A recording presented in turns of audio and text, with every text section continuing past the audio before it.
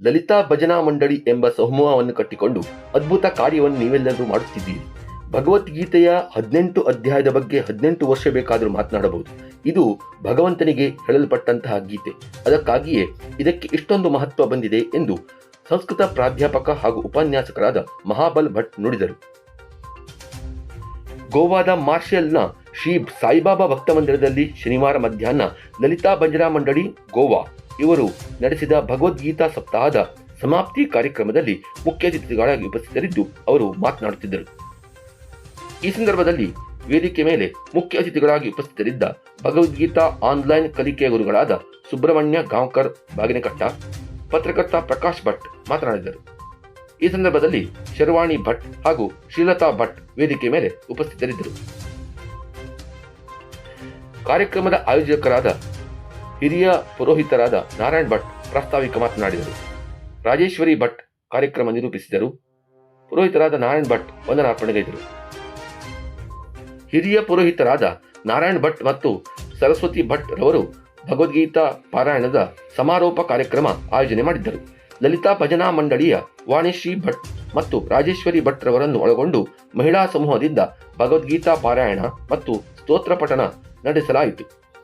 ಶ್ರೀಮದ್ ಭಗವದ್ಗೀತಾ ಗ್ರಂಥಕ್ಕೆ ಪೂಜೆ ಸಲ್ಲಿಸುವ ಮೂಲಕ ಹಿರಿಯ ಪುರೋಹಿತ ನಾರಾಯಣ್ ಭಟ್ ಪಾರಾಯಣಕ್ಕೆ ಚಾಲನೆ ನೀಡಿದರು. ಈ ಸಂದರ್ಭದಲ್ಲಿ ಮಹಾಬಲ್ ಭಟ್ ಮತ್ತು ಪ್ರಕಾಶ್ ಭಟ್ ದಂಪತಿಗಳನ್ನು ಹಾಗೂ ಸುಬ್ರಹ್ಮಣ್ಯ ಗಾಂವ್ಕರ್ ಬಾಗಿನಕಟ್ಟ ರವರನ್ನು ವಿಶೇಷವಾಗಿ ಸನ್ಮಾನಿಸಲಾಯಿತು. ಭಗವದ್ಗೀತೆಯ ಬಗ್ಗೆ 18 ಅಧ್ಯಾಯಗಳ ಬಗ್ಗೆ 18 ವರ್ಷಗಳಿಗಾದರೂ ಮಾತಾಡಬಹುದು. ಅಂತಹ ಒಂದು ಅದ್ಭುತವಾದಂತಹ ಗ್ರಂಥ ಭಗವದ್ಗೀತೆ. ಎಲ್ಲ ಗೀತೆಗಳನ್ನ ಮನುಷ್ಯರು ರಚಿಸಿದರೆ ಇದು ಭಗವದ್ಗೀತೆ. ಇದು ಒಂದೇ ನಮ್ಮ ಪ್ರಪಂಚದಲ್ಲಿರುವಂತಹದ್ದು ಭಗವಂತನಿಂದಲೇ ಹೇಳಲ್ಪಟ್ಟಂತಹ ಗೀತೆ. ಹಾಗಾಗಿ ಅದಕ್ಕೆ ಅಷ್ಟೊಂದು ಮಹತ್ವವನ್ನು ಇರುವಂತಹ ಅರ್ಜುನ ಎನ್ನುವ ಒಬ್ಬ ವ್ಯಕ್ತಿಯನ್ನ ನಿಮಿತ್ತ ಮಾಡಿಕೊಂಡು ನಮಗೆಲ್ಲ ಇಂತಹ ಒಂದು ಅದ್ಭುತವಾದಂತಹ ಸಂದೇಶವನ್ನ ಈ ಭಗವದ್ಗೀತೆ ಕೊಡ್ತಾ ಇದೆ. ಅಲ್ಲಿ ಪರಮಾತ್ಮ ಒಂದ್ ಕಡೆ ಹೇಳ್ತಾನೆ, ನನ್ನನ್ನ ಭಜಿಸಲಿಕ್ಕೆ ಬರುವಂತಹ ಭಕ್ತರಲ್ಲಿ 3 ವಿಧ ಇದೆ. ಆರ್ತ ಜಿಜ್ಞಾಸುರರ್ಥಾರ್ಥಿ ಅಂದ್ರೆ ಆರ್ತ, ಜಿಜ್ಞಾಸು ಮತ್ತು ಅರ್ಥಾರ್ಥಿ. ಆರ್ತ ಅಂದ್ರೆ ಕಷ್ಟದಲ್ಲಿರುವಂಥವರು. ಇನ್ನೊಬ್ಬ ಜ್ಞಾನಿ, ಜ್ಞಾನಿ ಎಂಬ ಜ್ಞಾನವನ್ನು ಪಡೆದುಕೊಳ್ಳಲಿಕ್ಕೆ ಇಚ್ಛಿಸುವವರು. ಇನ್ನೊಬ್ಬ ಅರ್ಥಾರ್ಥಿ, ಅರ್ಥಾರ್ಥಿ ಅಂದ್ರೆ ಹಣವೋ ಅಥವಾ ಮತ್ಯಾವುದೋ ಒಂದು ಏನು ಕಾಮನೆ ಇದೆಯೋ ಅದನ್ನ ಪೂರ್ತಿಗೊಳಿಸಿಕೊಳ್ಳಲಿಕ್ಕೆ ದೇವರನ್ನು ಭಜಿಸುವರು. ಹೀಗೆ 3 ವಿಧವಾದಂತಹ ಭಕ್ತರು ನನ್ನನ್ನು ಭಜಿಸುತ್ತಾರೆ ಎನ್ನುವುದನ್ನ ಪರಮಾತ್ಮನೇ ತಿಳಿಸಿದ್ದಾರೆ. ಹಾಗಾಗಿ ನಾವು ಭಗವದ್ಗೀತೆಯನ್ನ ನೋಡುವಾಗ ಅಥವಾ ಭಗವದ್ಗೀತೆಯನ್ನು ಅಧ್ಯಯನ ಮಾಡುವಾಗ, ಭಗವದ್ಗೀತೆಯನ್ನು ಪೂಜಿಸುವಾಗ, ಭಗವದ್ಗೀತೆಯನ್ನು ಪಠಿಸುವಾಗ ಬೇರೆ ಬೇರೆ ರೀತಿಯಾದಂತಹ ಉದ್ದೇಶಗಳನ್ನು ನಾವು ಇಟ್ಟುಕೊಂಡು ಮಾಡ್ತೇವೆ. ಒಂದು ನಮ್ಮ ಶ್ರದ್ಧೆ, ಇದು ನಮ್ಮ ಧರ್ಮ ಗ್ರಂಥ. ಪ್ರಸ್ಥಾನತ್ರಯ ಅಂದೇನು ನಾವು ಕರೆದರೆ ಉಪನಿಷತ್ತು, ಬ್ರಹ್ಮಸೂತ್ರ ಮತ್ತು ಭಗವದ್ಗೀತೆ.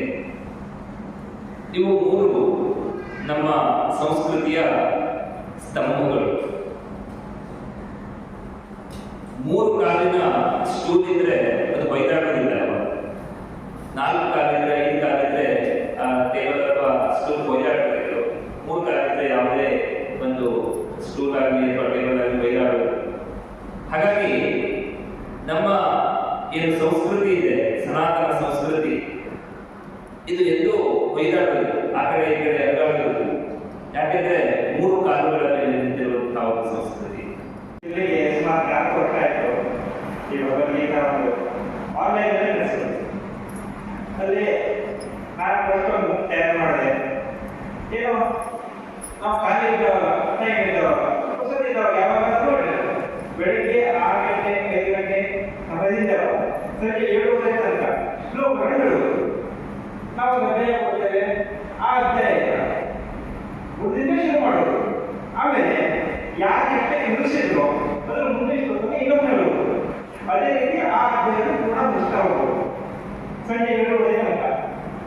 ಯಾರು ಎಷ್ಟೊತ್ತು ಬೇಕಾದ್ರೂ ನಡೆಯುತ್ತಿರಲಿಲ್ಲ. ಈ ರೀತಿಯ ಒಂದು ಮೊಬೈಲ್ ಕೆಲಸವನ್ನು ಪ್ರಾರಂಭ ಮಾಡಿದ್ವಿ. ಇವತ್ತು ಹಿರಿಯರಾದ ಭಾಗವತರು ಭಗವದ್ಗೀತೆ ವಿಷಯವಾಗಿ ಎಲ್ಲವನ್ನು ವಿವರವಾಗಿ ಹೇಳಿದ್ದಾರೆ. ಆ ವಿಷಯವಾಗಿ ಒಂದೇ ಹೆಚ್ಚಿನ ಜ್ಞಾನ ಕೂಡ ಇದೆ. ಇದನ್ನೆಲ್ಲ ನಾನು ಹೇಳಲಿಕ್ಕಿಲ್ಲ. ಇಲ್ಲಿ ಕಾಸಿ ನಮ್ಮನ್ನ ಸನ್ಮಾನ ಮಾಡಿದ್ದಾರೆ ನಾರಾಯಣ ಭಟ್ರಿಗೆ ಮತ್ತು ಲಲಿತಾ ಬಜಾಮಂಡ್ರಿ ಇವರಿಗೆಲ್ಲರಿಗೂ ಕೂಡ ನಾನು ಧನ್ಯವಾದ ಸಲ್ಲಿಸಲಿಕ್ಕೆ ಇಷ್ಟಪಡ್ತೇನೆ.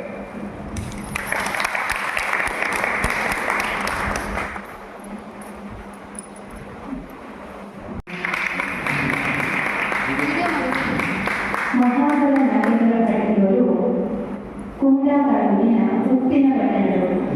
ಕಳೆದ 22 ವರ್ಷಗಳಿಂದ ಮಾಕ್ಸಾದ ಸೈಂಟ್ ಜೇವಿಯರ್ಸ್ ಉಚ್ಚ ಮಾಧ್ಯಮಿಕ ವಿದ್ಯಾಲಯದಲ್ಲಿ ಸಂಸ್ಕೃತ ಪ್ರಾಧ್ಯಾಪಕರಾಗಿ ಸೇವೆ ಸಲ್ಲಿಸ್ತಾ ಇರುವಂಥವರು. ಶ್ರೀ ರಾಮಚಂದ್ರಾಪುರ ಮಠದ ಹವ್ಯಕ ಮಹಾಮಂಡಲದ ಗೋವಾ ವಲಯದ ಅಧ್ಯಕ್ಷರಾಗಿರುವಂಥವರು. ಸಂಸ್ಕೃತ ಭಾರತೀಯ ಕೊಂಕಣ ಪ್ರಾಂತ ಪರಿಷತ್ ಸಂಯೋಜಕರು ಕೂಡ ಹೌದು.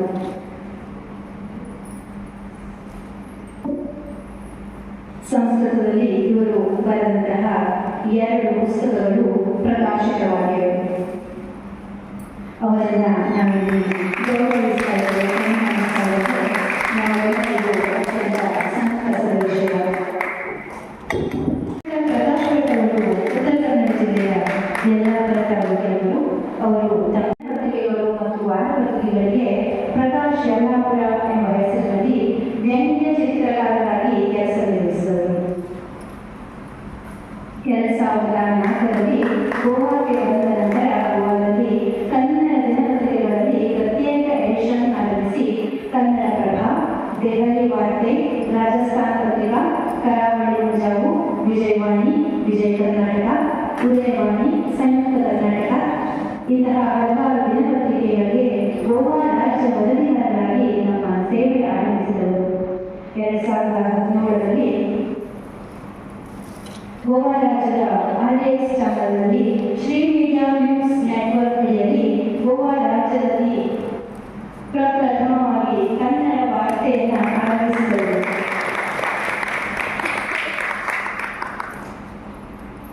ಗೋವಾ ಮತ್ತು ಕರ್ನಾಟಕದ ನಡುವಿನ ಸುದ್ದಿ ಸಮಾಚಾರದ ಕೊಂಡಿಯಾಗಿ ಪ್ರಕಾಶ್ ಭಟ್ ಅವರು ತಮ್ಮ ಸೇವೆಯನ್ನು ಸಲ್ಲಿಸ್ತಾ ಇದ್ದಾರೆ. ಪ್ರಸ್ತುತ ಪ್ರಕಾಶ್ ಭಟ್ ಅವರು ಪಣಜಿ ಸಮೀಪದ ಶಂಕರಕೃಷ್ಣದಲ್ಲಿ ವಾಸಿಸುತ್ತಿದ್ದು ಸಂಯುಕ್ತ ಕರ್ನಾಟಕ ದಿನಪತ್ರಿಕೆಯ ಪೂರ್ಣ ಪ್ರಮಾಣದ ಗೋವಾ ರಾಜ್ಯ ವರದಿಗಾರರಾಗಿ ಕೆಲಸ ನಿರ್ವಹಿಸುತ್ತಿದ್ದಾರೆ. ಉದಯವಾಣಿ, ವಿಜಯವಾಣಿ, ಉಪಯುಕ್ತ ನ್ಯೂಸ್ ದಿನಪತ್ರಿಕೆಯ ವರದಿಗಾರರಾಗಿಯೂ ಕೆಲಸ ನಿರ್ವಹಿಸುತ್ತಾ ಇದ್ದಾರೆ. ಸತ್ಯಂ ಟಿವಿ ಗೋವಾ ರಾಜ್ಯ ವರದಿಗಾರರಾಗಿಯೂ ಕೆಲಸ ನಿರ್ವಹಿಸ್ತಾ ಇದ್ದಾರೆ. ಸುದ್ದಿ ಕನ್ನಡ ಎಂಬಂತಹ ತಮ್ಮದೇ ಆದಂತಹ ಒಂದು ವೆಬ್ಸೈಟ್ ಕೂಡ ಆರಂಭಿಸಿದ್ದಾರೆ. ಪ್ರಕಾಶ್ ಭಟ್ ಅವರಿಗೆ ಹಲವಾರು ಪ್ರಶಸ್ತಿಗಳು ಬಂದಿವೆ.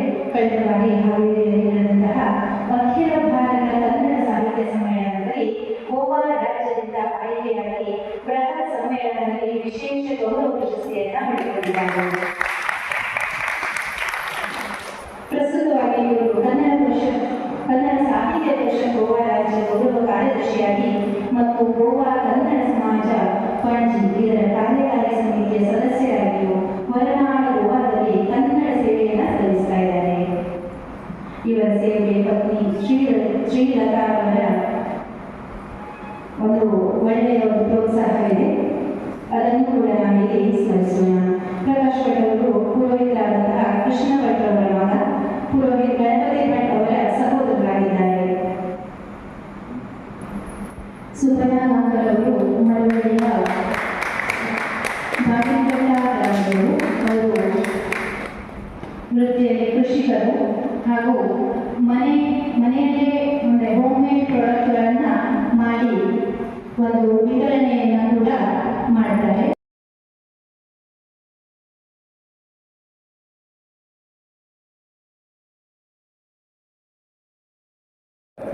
ಭಗವದ್ಗೀತಾ ಪಾಠ ಕೇವಲ ಕಂಠಪಾಠ ಆಗಬಾರದು. ಜ್ಞಾನಶಕ್ತಿಯ ಮನುಷ್ಯತ್ವ ಜೀವನವನ್ನು ನಡೆಸಿಕೊಂಡು ಬರುವುದಕ್ಕೆ ಜ್ಞಾನ ಪಾಠವಾಗಬೇಕು ಎಂಬುದಾಗಿ ಅತಿ ಸೂಕ್ಷ್ಮವಾಗಿಯೂ ನಾವು ಕೇಳಿಸಿಕೊಳ್ಳುವುದರಿಂದ ಅವರಿಗೆ ನಾನು ನಮ್ಮೆಲ್ಲರ ಪರವಾಗಿ ಧನ್ಯವಾದವನ್ನು ಮಾಡ್ತೇನೆ. ಹಾಗೂ ಪ್ರಕಾಶ್ ಕೂಡ ಸುಂದರವಾಗಿ ಅದರ ಮಾತನ್ನು ಹೇಳಿದ್ದಾರೆ. ನಮ್ಮ ಮನಸ್ಸಿನ ಅನಿಸಿಕೆಗಳನ್ನು ಅವರಿಗೂ ಧನ್ಯವಾದವನ್ನು ಹೇಳ್ತೇನೆ. ಮತ್ತೆ ಸುಬ್ರಾಯರವರಿಗೂ ಕೂಡ ಅವರು ತಿಳ್ಕೊಂಡಿರುವಂತಹ ರೀತಿಯಲ್ಲಿ ಭಗವದ್ಗೀತಾ ಒಂದು ಯಾನವನ್ನೇ ಅವರು ನಡೆಸಿಕೊಂಡು ಹೋಗಿದ್ದಾರೆ. ಈ ಯಾನ ಅಂದರೆ ಇದು ನಿಲ್ಲದಿರುವಂತಹ ಒಂದು ಸ್ಥಿತಿ. ಇಂತಹ ಸ್ಥಿತಿ ಸದಾ ಕಾಲ ಮುಂದುವರಿಯುತ್ತದೆ ಬರಲಿ ಎಂಬುದಾಗಿ ನಮ್ಮೆಲ್ಲರ ಕೇಳಿಕೊಂಡು ಅವರಿಗೆ ಧನ್ಯವಾದವನ್ನು ಹೇಳ್ತೇನೆ. ವಿಶೇಷವಾಗಿ ಈ ಕಾರ್ಯಕ್ರಮವನ್ನು ಮಾಡಬೇಕು ಅಂತ ಹೇಳಿದಾಗ ನಾನು ನಮ್ಮ ಲಲಿತಾ ಭಜನಾ ಮಂಡಳಿಯ ರಾಜೇಶ್ವರಿ ಅಕ್ಕ ಇವರನ್ನ ಕೇಳಿದಾಗ ಇವಾಗ ನಾ ಮಾಡಬೇಕು ಅಂತ ಹೇಳಿದಾಗ ಅತಿ ಸಂತೋಷದಿಂದ ನೀವು ಮಾಡಿದ್ರು ನಮಗೆ ಒಂದು ಅವಕಾಶ ಮಾಡಿಕೊಟ್ಟಿದ್ದರಿಂದ ಸಮಸ್ತ ಲಲಿತಾ ಮಂಡಳಿಯ ಈ ಭಗಿನಿಯರಿಗೆ ಅಕ್ಕ ತಂಗಿಯರಿಗೆ ನಾನು ಭರಪೂರ್ವವಾಗಿರುವಂತಹ ಅಭಿನಂದನೆಯನ್ನು ಸಲ್ಲಿಸ್ತೇನೆ. ಯಾಕೆಂದ್ರೆ ಈಗಿನ ಕಾಲದಲ್ಲಿ ನಮಗೆ ಮಾಡಬೇಕು ಅಂತಾದ್ರೆ ಸಹಕಾರ ಸಿಗೋದು ಬಹಳ ಕಷ್ಟ. ಈ ಸಂದರ್ಭದಲ್ಲಿ ನಾನು 2-3 ಸಲ ಹೋಯಿತು. ನಮ್ಮ ದೇವಸ್ಥಾನದ ಆಡಳಿತ ಸಮಿತಿ ರಾಜೀವ್ ಅಧ್ಯಕ್ಷರಿದ್ದಾರೆ. ಅವರಿಗೆ ನಾನು ಕೇಳಿಕೊಂಡಾಗ ಅವರು ಒಂದೇ ಮಾತು ಹೇಳಿದರು, ಕಾಕ ನೀವು ಯಾವಾಗ ಬೇಕಾದರೂ ಮಾಡಬಹುದು, ನೀವು ಮಾಡ್ತೀರಿ ಅಂತಾದ್ರೆ ನಮ್ಮ ಕಾರ್ಯಕ್ರಮ ನಾನು ರದ್ದು ಮಾಡಿ ನಿಮಗೆ ಕೊಡ್ತೇನೆ ಅಂತ ಹೇಳಿದ್ರಿಂದ ನಮಗೆ ಅತ್ಯಂತ ಸುಗಮವಾಯಿತು. ಅವರು ಈ ಸಂದರ್ಭದಲ್ಲಿ ನಮ್ಮ ಕಾರ್ಯಕ್ರಮದಲ್ಲಿ ಉಪಸ್ಥಿತರಾಗಬೇಕಿತ್ತು. ಅನಿವಾರ್ಯ ಕಾರಣದಿಂದ ಅವರು ಬರಲಿಲ್ಲ. ಆದ್ದರಿಂದ ಅವರಿಗೂ ಕೂಡ ನಾನು ಧನ್ಯವಾದವನ್ನು ಅರ್ಪಣೆ ಮಾಡ್ತೇನೆ. ಮತ್ತೆ ಈ ಕಾರ್ಯಕ್ರಮ ಮಾಡಬೇಕಾದ್ರೆ ಇವತ್ತಿನಿಂದ ಬೆಳಗಿಂದ ಕೂಡ ವೀಣಾ ಅಂತ ಬಂದು ನಮಗೆ ಎಷ್ಟು ಸಹಾಯ ಮಾಡಿದ್ದಾರೆ. ಈ ಕಾರ್ಯಕ್ರಮ ಯಾವುದೇ ಮಾಡಬೇಕು ತನು ಮನ ಧನ, ಆದರೆ ಧನದ ಮಾತ್ರ ಕೊನೆಯಲ್ಲಿ ಕೊಟ್ಟಿದ್ದಾರೆ. ಪ್ರಥಮವಾಗಿ ತನು ನಮ್ಮ ದೇಹದಿಂದ ಶರೀರದಿಂದ ಎಷ್ಟು ಕಾರ್ಯ ಮಾಡಲಿಕ್ಕೆ ಆಗ್ತದೆಯೋ ಅಷ್ಟು ಕಾರ್ಯವನ್ನು ಮೊದಲು ಮಾಡಬೇಕು ಎಂಬುದಾಗಿ ತನು.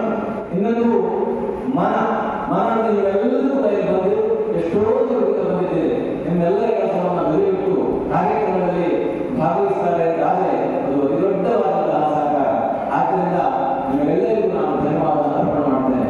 ಮತ್ತು ಬೆಳಿಗ್ಗೆ ನಮ್ಮ ಮನೆಯವರಾಗಿದ್ದ ಹೇಮ, ಶ್ವೇತ ಮತ್ತೆ ಶ್ರೀಧರರು, ಅವರ ಮನೆಯವರು ರಮ್ಯ, ಇದೆಲ್ಲ ಬಂದು ನಮಗೆ ಕೈಲಾದ ಕೆಲಸವನ್ನು ನಾವು ಹೇಳದೇ ಮಾಡಿಕೊಟ್ಟಿದ್ದಾರೆ.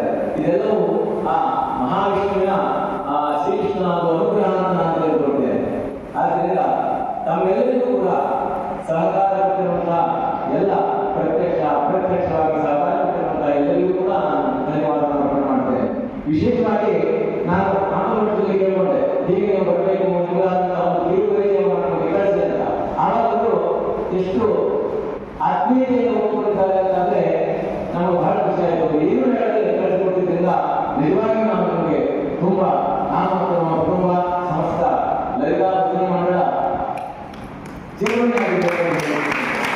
ಹಾಗೂ ನಮ್ಮ ಅವರು ಪತ್ರಿಕಾವನ್ನು ಮಾಡಿರುವಾಗ ಅವರು ಈ ವ್ಯವಸ್ಥೆಯಲ್ಲಿ ನಿರಂತರ ಒಂದು ಕೆಲಸದಲ್ಲಿ ತೊಡಗಿರುವಂತಹ ಒಂದು ವ್ಯಕ್ತಿತ್ವ ಅವರು. ಅವರಲ್ಲಿ ಕೈಗೊಂಡಾಗ ಅವರು ಕೂಡ ಬರೀ ಆ ಸಂತೋಷದಿಂದ ಆನಂದದಿಂದ ಮತ್ತೆ ನಾವು ಬರ್ತೇವೆ ಹೇಗೆ ನಾವು ಬೆಳೆಸಿಕೊಂಡು ಅವರೆಲ್ಲ ಈ ಪರಿಚಯವನ್ನು ಕೊಟ್ಟಿದ್ದರಿಂದ ಅವರಿಗೆ ತುಂಬ ನಾನು ಧನ್ಯವಾದಗಳನ್ನು ಮಾಡ್ತೇನೆ. ಈ ಮಹಾನುಭಾವರಿಗೆ ಮತ್ತು ಈ ಇವತ್ತಿನ ಸನ್ಮಾನಿತರಾಗಿರುವಂತಹ ಪ್ರಕಾಶ್ ಭಟ್ ದಂಪತಿಗಳಿಗೆ, ಮಹಾನುಭಾವ ದಂಪತಿಗಳಿಗೆ ಆ ಮಹಾವಿಷ್ಣು ಅತ್ಯಂತ ಒಂದು ಆಯುಷ್ಯ ಆರೋಗ್ಯ ನಾವು ಹೇಳಿದಾಗೆ ಸನ್ಮಾನವಾಯಿತು. ಇದೊಂದು ಗೌರವ ಸತ್ಕಾರ. ಯಾಕೆಂದ್ರೆ ನಾವು ಕೊಟ್ಟಿರುವಂತಹ ಒಂದು ಅಲ್ಲು ಕಾಣಿಕೆ ಇದು ಏನೂ ಅಲ್ಲ, ಅದು ಬಿಂದುವಿನಲ್ಲೂ ಬಿಂದು. ಅದನ್ನು ನೀವು ಅತಿ ಸಂತೋಷದಿಂದ ಸ್ವೀಕಾರ ಮಾಡಿದ್ದೀರಿ. ಆದ್ದರಿಂದ ನಾನು ತುಂಬಾ ಧನ್ಯವಾದವನ್ನು ಅರ್ಪಣೆ ಮಾಡ್ತೇನೆ. ಮತ್ತು ನಮ್ಮ ಸಿಬ್ಬಂದಿಗೂ ಕೂಡ ನಾನು ಈ ಸಂದರ್ಭದಲ್ಲಿ ಧನ್ಯವಾದನ ಅರ್ಪಣೆ ಮಾಡ್ತಾ ಇವತ್ತಿನ ಕಾರ್ಯಕ್ರಮದಲ್ಲಿ ಭಾಗವಹಿಸಿದ ನನ್ನ ಹೆಸರು ಒಬ್ಬರಿಗೆ ನಮ್ಮ ಚುನಾವಣೆ ನಾನು ಹೇಳಿಲ್ಲ, ಕ್ಷಮೆಯನ್ನು ಯಾಚಿಸ್ತೇನೆ ನನಗೆ. ಯಾಕಂದ್ರೆ ನಮ್ಮ ಶಿಷ್ಯರವರು ನಾವು ಅದರ ಏನೋ ಒಂದು ಧೈರ್ಯದಿಂದ ಅವರಿಗೆ ಬಂದಿದ್ದಾರೆ. ನಿಜವಾಗಿ ನಾನು ತುಂಬಾ ಧನ್ಯವಾದವನ್ನು ಅರ್ಪಣೆ ಮಾಡ್ತೇನೆ. ಹಾಗೆ ನಮಗೆ ಇನ್ನಿತರ ನಮ್ಮ ಸಹಪಾಠಿಗಳನ್ನು ಪರಿಚಯ ಇಲ್ಲ, ಕ್ಷಮೆಯಾಚನೆ ಹೇಳ್ತೇನೆ. ನಿಮ್ಮೆಲ್ಲರೂ ಹೆಸರು ಹೇಳಿಲ್ಲ, ಎಲ್ಲರೂ ನಡೆದರು, ಹಾಗೂ ನಮ್ಮ ರಾಮಚಂದ್ರ ಭಟ್ರು ಮತ್ತೆ ಗೋಪಾಲ ಭಟ್ರು ವೈದಿಕರಲ್ಲಿ ವೈದ್ಯಕೋತ್ಸವ ಎಲ್ಲ ಬಂದಿದ್ದೇನೆ. ನಿಮಗೆಲ್ಲರಿಗೂ ಕೂಡ ಈ ಸಂದರ್ಭದಲ್ಲಿ ನಾನು ಧನ್ಯವಾದನ ಹೇಳ್ತೇನೆ. ಹಾಗೂ ನಮ್ಮ ಶ್ರೀರಾಮ್ ಭಟ್ರು ಬರುವವರಾಗಿದ್ದರು, ಅವರಿಗೆ ಆಕಸ್ಮಿಕವಾಗಿ ಅನಾರೋಗ್ಯದಿಂದ ಬಳಲಬೇಕಾಯಿತು. ಅವರಿಗೂ ಕೂಡ ಅತಿ ಶೀಘ್ರ ಆರೋಗ್ಯದನ್ನ ಕಾಪಾಡುವಂತೆ ಅನಾರೋಗ್ಯದಿಂದ ಮುಕ್ತಿ ಹೊಂದಲಿ ಅಂತ ದೇವರಲ್ಲಿ ಪ್ರಾರ್ಥಿಸಿಕೊಳ್ತಾ ಅವರಿಗೂ ಮನೆಯವರಿಗೂ ಕೂಡ ನಾನು ಆಭಾರವನ್ನು ಸಲ್ಲಿಸ್ತೇನೆ. ಮತ್ತು ಬರಬೇಕಾಗಿರುವಂತಹ ಎಲ್ಲ ಭಗಿನಿಯರಿದ್ದಾರೆ, ಬಂಧುಗಳಿದ್ದಾರೆ. ಮತ್ತೆ ನಮ್ಮ ಕಾರ್ಯಕ್ರಮದ ಈ ಇಷ್ಟನ್ನು ನೆರವೇರಿಸಿಕೊಟ್ಟಿರುವಂತಹ ಪ್ರಕಾಶ್ ಪರಪ್ಪಂದವರು ನಮಗೆ ಧ್ವನಿವರ್ಧಕರ ಎಲ್ಲ ವ್ಯವಸ್ಥೆ ಮಾಡಿಕೊಟ್ಟಿದ್ದಾರೆ. ಆದ್ದರಿಂದ ಅವರು ಕೂಡ ಈ ಸಂದರ್ಭದಲ್ಲಿ ಬಂದಿದ್ದಾರೆ. ಅವರಿಗೂ ತುಂಬಾ ಧन्यवाद प्रकाश तुका धन्यवाद करता. आम्ही किती म्हणतो समस्त आमच्या कार्यक्रमासाठी तुम्ही बरे व्यवस्थित या व्यवस्थे केले असा तुमचे कमिटी तर्फान तुमका सगळे आम्ही आभारी म्हणतो. ನಂತರ ನಿಮ್ಮೆಲ್ಲರೂ ಇನ್ನೊಂದು ಕೇಳ್ಕೊಳ್ತೇನೆ, ನಮ್ಮ ಅಲ್ಪ ಉಪಹಾರವನ್ನು ಇಟ್ಟುಕೊಂಡಿದ್ದೇವೆ. ತಾವೆಲ್ಲರೂ ಅತಿಥಿ ದೇವೋ ಭವ ಎನ್ನುವ ಹಾಗೆ ನೀವೆಲ್ಲರೂ ಇವತ್ತು ನಮಗೆ ಅತಿಥಿಗಳು. ಯತ್ಕಿಂಚಿತವಾಗಿ ಅತಿಥಿ ಸತ್ಕಾರವನ್ನು ನಿಮಗೆ ನಾವು ನೆರವೇರಿಸಿದ್ದೇವೆ. ಉಪಹಾರವನ್ನು ಅಲ್ಪೋಪಹಾರವನ್ನು ಮುಗಿಸಿ ಹೋಗ್ಬೋದು. ನಿಮಗೆಲ್ಲರಿಗೂ ಇನ್ನೊಂದು ಸಲ ಕ್ಷಮೆ ಯಾಚಿಸ್ತೇನೆ. ನಿಮಗೆಲ್ಲ ತೊಂದರೆ ಕೊಟ್ಟದ್ರಿಂದ ಮತ್ತೊಮ್ಮೆ ಕ್ಷಮೆ ಯಾಚಿಸ್ತೇನೆ. ಅವರು ಹೇಳಿದ ಹಾಗೆ ಆಕಾಶಾತ್ ಪತಿತಂ ತೋಯಾಂ ಯಥಾ ಗಚ್ಚತಿ ಸಾಗರಂ ಸರ್ವದೇವಂ ನಮಸ್ಕಾರಂ ಕೇಶವಂ ಪ್ರತಿಗಚ್ಚತಿ. ಎಲ್ಲ ದೇವರು ಯಾವ ಸ್ವರೂಪದಲ್ಲಿದ್ರೂ ಕೂಡ ನಮ್ಮ ಆತ್ಮ ಶ್ರದ್ಧಾ ಭಕ್ತಿಯಿಂದ ಅವನ ಸೇವೆಯನ್ನು ಮಾಡಿದರೆ ಅದು ನನಗೆ ಮುಟ್ಟದೆ ಅಂತ ಪರಮಾತ್ಮ ಹೇಳಿದ ಹಾಗೆ ನಾವೆಲ್ಲರೂ ಕೂಡ ನಮ್ಮ ಮನಸ್ಪೂರ್ವಕವಾಗಿ ಸೇವೆಯನ್ನು ಸಲ್ಲಿಸಿದ್ದೇವೆ. ಅದು ಆ ಪರಮಾತ್ಮನ ಪಾದಕ್ಕೆ ಅರ್ಪಣೆವಾಗಲಿ ಎಂಬುದಕ್ಕೆ ನಾನು ಪುನಃ ಭಗವಂತನಲ್ಲಿ ಯಾಚಿಸುತ್ತಾ ಇನ್ನು ಮುಂದೆ ಕೂಡ ನೀವೆಲ್ಲರೂ ನಿಮ್ಮ ಸಹಕಾರಕ್ಕೆ ಮುಂದುವರಿಯಲಿ. ಮತ್ತೆ ನಮ್ಮ ಸಹಕಾರವೂ ಕೂಡ ನಿಮ್ಮಲ್ಲಿ ಸದಾ ಇರುತ್ತದೆ ಅಂತ ಹೇಳಿಕೊಡುತ್ತಾ ಇವತ್ತಿನ ಕಾರ್ಯಕ್ರಮಕ್ಕೆ ನಾನು ಅಭಿನಂದನೆ ಹೇಳುತ್ತಾ ಮಂಗಲವನ್ನ ಸೇರಿಸ್ತೇನೆ. ಈಗ ಶಾಂತಿ ಭಾವವನ್ನು ನಮ್ಮ ರಾಜೇಶ್ವರಿ ಅವರು ಮುಂದೆ ಹೇಳಬೇಕು ಅಂತ ಕೇಳ್ತೇನೆ.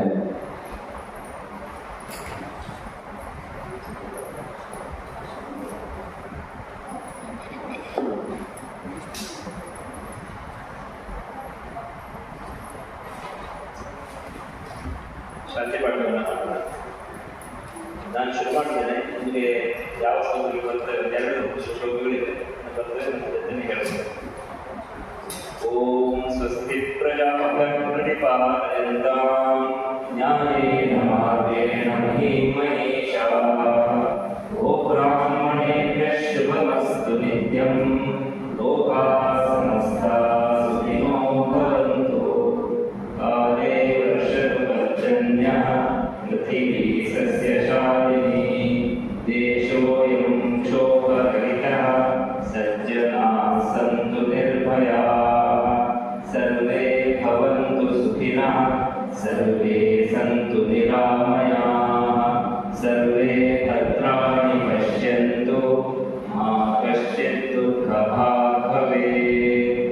ಓಂ ಅಸತೋ ಮಾ ಸದ್ಗಮಯ ತಮಸೋ ಮಾ ಜ್ಯೋತಿರ್ಗಮಯ ಮೃತ್ಯೋರ್ಮಾ ಅಮೃತಂ.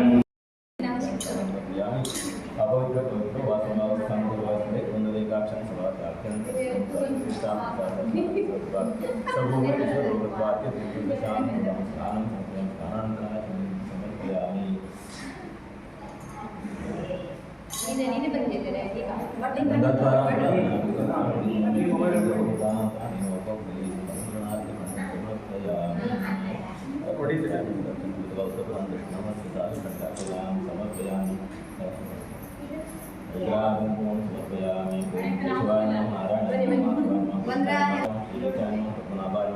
दामोदराय नमः नामपूजां समर्पयामि. गन्धानि स्मराराधने आग्रे सर्वदेवानां गुरोऽयं प्रतिगृह्यतां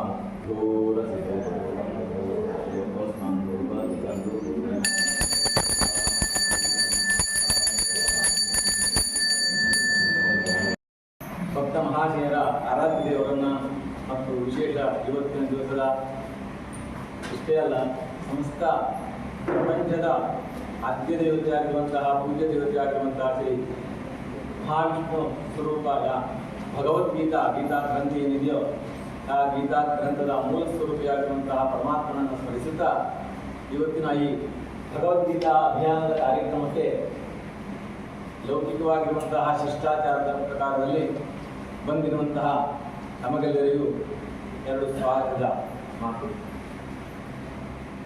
ಮಾನ್ಯರೇ, ನಮ್ಮ ಈ ಆಮಂತ್ರಣಕ್ಕೆ ಈ ಲಲಿತಾ ಭಜನಾ ಮಂಡಳಿಯ ಮುಖೇನ ಈ ಕಾರ್ಯಕ್ರಮ ನೆರವೇರುತ್ತಿರುವುದು ಸಮಸ್ತ ಈ ಸ್ತ್ರೀ ವೃಂದ ಏನಿದೆಯೋ ಅತ್ಯಂತ ಶ್ರೇಷ್ಠ ರೀತಿಯಿಂದ ಈ ಭಗವದ್ಗೀತಾ ಕಾರ್ಯಕ್ರಮ ಇರಲಿ ಅಥವಾ ಇನ್ಯಾವುದೇ ಶ್ಲೋಕದ ಕಾರ್ಯಕ್ರಮ ಇದ್ದರೂ ಕೂಡ ನಿಸ್ವಾರ್ಥದಿಂದ ಶ್ರದ್ಧಾ ಭಕ್ತಿಯಿಂದ ಆಚರಣೆಯನ್ನು ಮಾಡಬೇಕು. ಪ್ರತಿ ವರ್ಷದಂತೆ ಈ ವರ್ಷೋತ್ಸವ ಈ ವಿಶೇಷ ಭಗವದ್ಗೀತಾ ಸಪ್ತಾಹದ ಮುಕ್ತಾಯ ಸಮಾರಂಭವನ್ನು ಇದನ್ನು ನಿಶ್ಚಯ ಮಾಡಿಕೊಂಡಿದ್ದು, ಇದರ ನೇತೃತ್ವದಲ್ಲಿರುವಂಥ ರಾಜೇಶ್ವರಿ ಭಟ್ಟಿಯವರಲ್ಲೇ ನಾವು ಕೇಳಿಕೊಂಡಾಗ ಈ ವರ್ಷ ನಮ್ಮ ಈ ಸದ್ಗುರು ಸಾಯಿನಾಥ ಧಾರವಾಡ ಈ ಕ್ಷೇತ್ರದಲ್ಲಿ ಮಾಡುವಂತಹ ಒಂದು ಅವಕಾಶ ನಮಗೆ ಸಿಕ್ತು. ಆದ್ದರಿಂದ ಅಂತಹ ಅವಕಾಶ ಮಾಡಿಕೊಟ್ಟಿರುವಂತಹ ಲಲಿತಾ ಭಜನಾ ಮಂಡಳಿ ಸ್ತ್ರೀ ವೃಂದಕ್ಕೂ ಪ್ರತ್ಯಕ್ಷ ಅಪ್ರತ್ಯಕ್ಷ ಸಹಾಯ ಮಾಡಿದಂತಹ ಪ್ರತಿಯೊಬ್ಬ ವೃಂದ ಮಹಾಜನರಿಗೆ ನನ್ನ ಪ್ರಥಮವಾಗಿರುವಂತಹ ಸ್ವಾಗತವನ್ನು ಕೊಡ್ತಾ ಇದ್ದೇನೆ. ಹಾಗೂ ಇವತ್ತಿನ ಈ ನಮ್ಮ ಆಮಂತ್ರಣಕ್ಕೆ ಪ್ರತಿಯೊಬ್ಬರೂ ಕೂಡ ಬಂದಿದ್ದಾರೆ. ಪ್ರತ್ಯೇಕವಾಗಿ ಹೆಸರು ಹೇಳುವಂತಹ ಒಂದು ಅವಶ್ಯಕತೆ ಇಲ್ಲ, ಎಲ್ಲವೂ ನಿಮ್ಮ ಹೆಸರುಗಳು ನನ್ನ ಮನಸ್ಸಿನಲ್ಲುಂಟು, ನಮ್ಮ ಮನಸ್ಸಿನಲ್ಲುಂಟು.